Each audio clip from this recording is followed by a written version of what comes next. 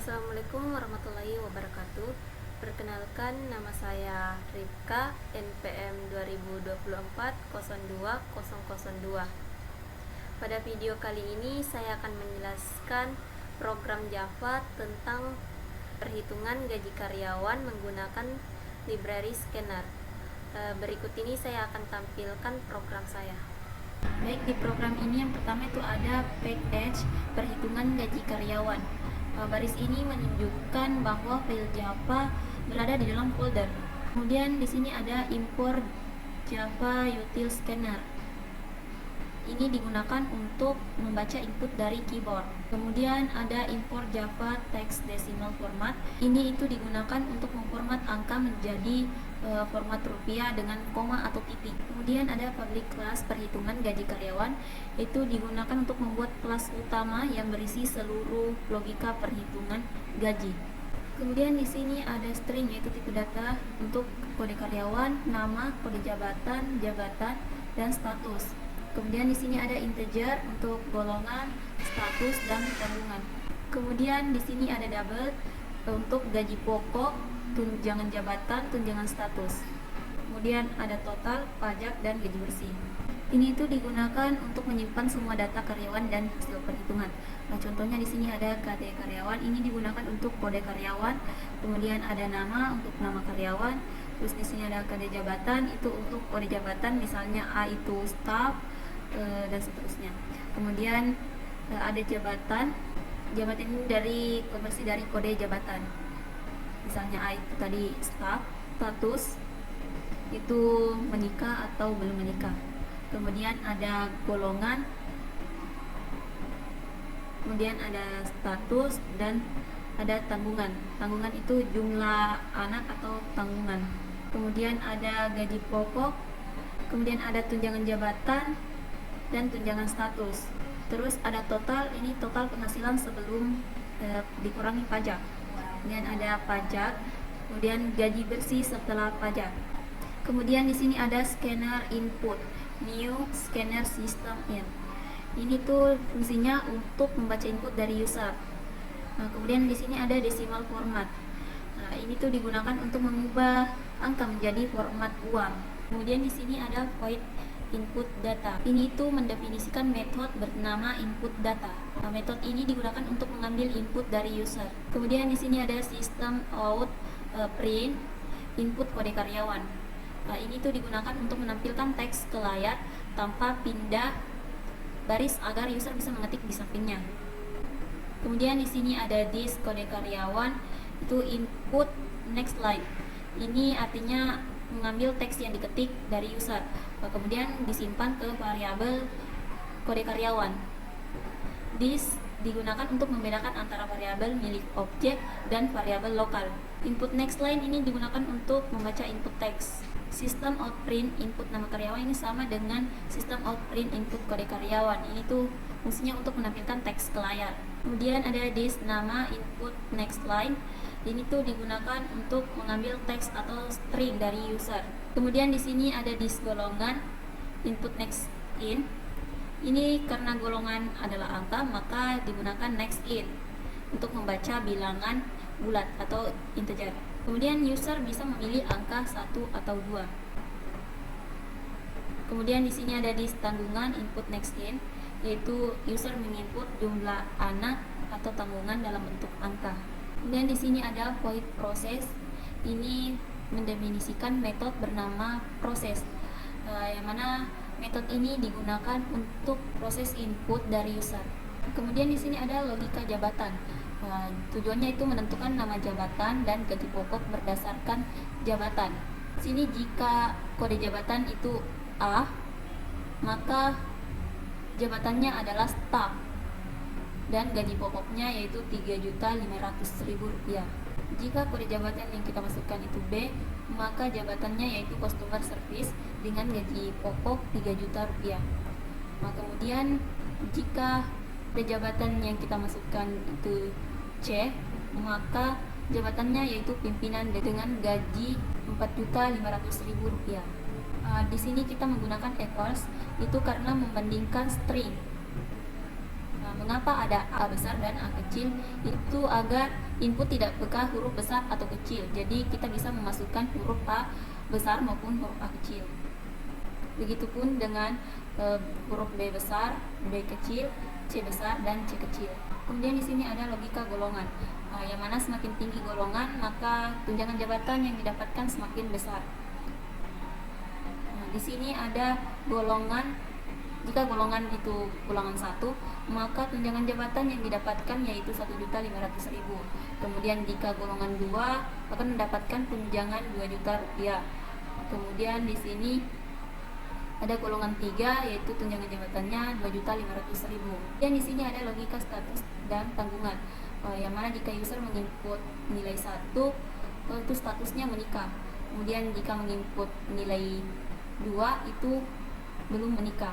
Kemudian di sini ada menentukan tunjangan berdasarkan tanggungan, yang mana jika tanggungannya itu 1, maka tunjangan statusnya itu 100.000. Kemudian jika tanggungannya 2 atau lebih dari 2, maka tunjangan statusnya itu 200.000. Kalau tidak punya tanggungan, maka tunjangan statusnya itu 0. Metode ini berlaku untuk status menikah maupun belum menikah. Kemudian di sini ada dis total, itu sama dengan dis gapok atau gaji pokok, ditambah dis tunjangan jabatan, ditambah dis tunjangan status.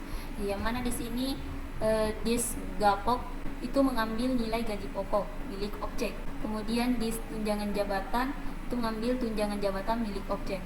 Kemudian dis tunjangan status itu mengambil tunjangan status milik objek. Lalu semuanya dijumlahkan dan hasilnya disimpan di dis total, yaitu variabel total penghasilan dalam objek ini. Kemudian bagian pajak, ada dis pajak sama dengan dis total dikali 0,10 atau 10%. Nah, dis total itu mengambil total penghasilan yang baru dihitung, sedangkan 0,10 ini adalah 10% dari pajak, yang mana hasil perhitungan disimpan ke dis pajak.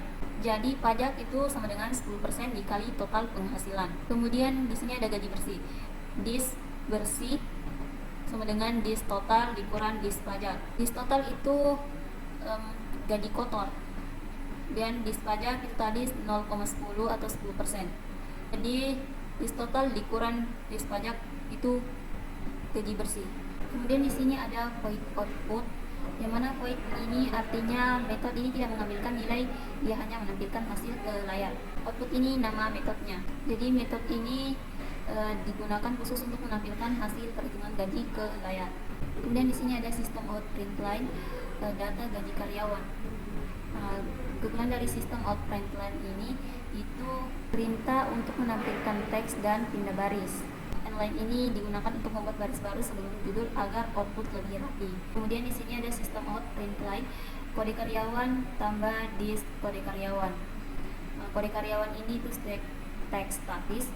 Dis kode karyawan itu variabel milik objek yang berisi kode karyawan. Tambah ini digunakan untuk menggabungkan teks dan data. Dis kode karyawan ini berisi input dari user pada metode input data. Kemudian ada sistem out print line nama karyawan, ini menampilkan nama yang sudah dimasukkan. Kemudian ada sistem out print line kode jabatan, ini tuh kode A atau B atau C yang dimasukkan user. Kemudian ada jabatan, dis jabatan ini diisi di metode proses, yang mana jika kode nya itu yang dimasukkan A, itu yang tampil itu staff. Kemudian jika kode B, maka yang tampil itu customer service. Kemudian jika kode C itu pimpinan. Kemudian ada golongan, itu fungsinya untuk menampilkan angka golongan 1 atau 2 atau 3. Kemudian ada status, yaitu status ini ditentukan di method proses, yang mana jika status yang dimasukkan itu 1, maka outputnya itu menikah. Kemudian jika statusnya 2 itu belum menikah. Kemudian ada tanggungan. Tanggungan ini hanya menampilkan angka tanggungan yang diinput user. Misalnya kita memasukkan angka 2, maka tanggungannya itu 2. Kemudian ada gaji pokok, yang mana di sini ada DF format. Ini digunakan untuk memberi format angka supaya ada koma. Kemudian ada dis gapok atau gaji pokok, ini adalah gaji berdasarkan jabatan. Kemudian di sini ada tunjangan jabatan, itu dari proses berdasarkan golongan. misalnya golongan 1 itu 1.500.000, kemudian golongan 2 itu 2 juta, kemudian golongan ketiga itu 2.500.000. Kemudian di sini ada tunjangan status, yang mana tunjangan ini berdasarkan jumlah tanggungan yang kita masukkan. Contohnya kita masukkan angka 1, maka tanggungannya itu 100.000. Sedangkan jika kita menginput 2 atau lebih dari 2, maka tanggungannya itu 200.000. Kemudian di sini ada total penghasilan, yang mana tadi totalnya itu gaji pokok ditambah tunjangan jabatan ditambah tunjangan status. Kemudian pajaknya itu pajak sama dengan total dikali 10% atau 0,10. 10% itu dari total pendapatan. Kemudian ada gaji bersih. Gaji bersih itu didapatkan dari total dikurang pajak. Ini adalah gaji akhir yang diterima oleh karyawan. Kemudian di sini ada public status void main string arts. Ini adalah metode utama dalam Java. Java menjalankan program mulai dari metode ini. Public di sini itu artinya metode ini boleh diakses dari luar kelas. Kemudian ada statis, yang artinya bisa dijalankan tanpa membuat objek dari kelasnya. Kemudian ada void, artinya metode tidak mengembalikan nilai. Program hanya berjalan dan selesai. Kemudian ada main, ini adalah nama metode yang wajib agar Java tahu tempat mulai menjalankan program. Kemudian ada string, ini adalah parameter untuk menerima input dari command line. Kemudian ini ada args, dimana ini nama variabelnya. Data string ini adalah array string. Dan di sini ada perhitungan gaji karyawan, G dan new perhitungan gaji karyawan. Perhitungan gaji karyawan di sini tuh nama kelasnya. Sedangkan G ini nama objek yang telah dibuat. Kemudian new ini itu membuat objek baru dalam memori. Yang perhitungan gaji karyawan ini memanggil konstruktor bawaan. Kemudian di sini ada G input data. Ini itu fungsinya untuk memanggil method. Kemudian di sini ada G process, yang mana fungsinya untuk meminta website memasukkan data. Contohnya tadi ada kode karyawan, nama karyawan, kode jabatan, golongan, status, dan jumlah tanggungan. Data tersebut disimpan langsung ke dalam variabel milik objek G. Metode ini menentukan jabatan berdasarkan kode A, B, atau C. Jadi jika kita memasukkan jabatan kode A, itu jabatannya adalah staff dengan gaji pokok 3.500.000. Di sini tuh menghitung gaji pokok, menghitung tunjangan jabatan, menghitung status menikah, menghitung tunjangan tanggungan, jumlahkan total gaji, menghitung pajak, dan menghitung gaji bersih. Jadi semua hasil perhitungan disimpan dalam variabel gapok, tunjangan jabatan, tunjangan status, total, pajak, dan bersih, yang semuanya milik objek G. Kemudian di sini ada G output. Metode ini akan menampilkan semua data input, menampilkan hasil perhitungan, menampilkan gaji pokok, tunjangan, total pajak, dan gaji bersih. Karena kita tadi menggunakan def format agar angka terlihat rapi. Contohnya jika kita run,